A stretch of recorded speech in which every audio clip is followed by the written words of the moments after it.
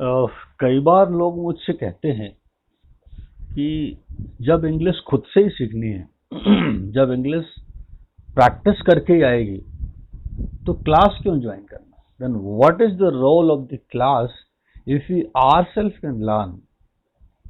It is something very important for you guys to understand that no doubt आप जब भी English बोलेंगे खुद से ही बोलेंगे। आप जब भी इंग्लिश बोलेंगे खुद की प्रैक्टिस से ही बोलेंगे।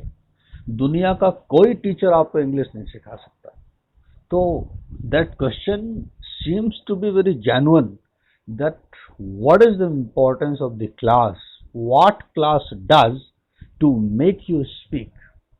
इसको बहुत ध्यान से समझें, बहुत इंपॉर्टेंट।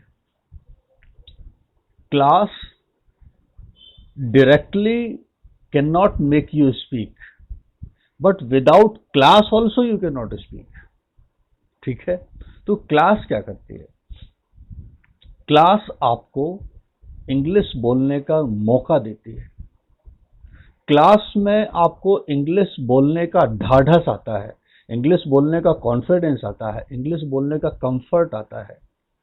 क्लास में आप जैसे सारे लोग होते हैं जो इंग्लिश सीखने के लिए कोशिश कर रहे होते हैं। क्लास आपकी झिझक दूर करती है। ऐसे क्लास इंपॉर्टेंट रोल प्ले करती है।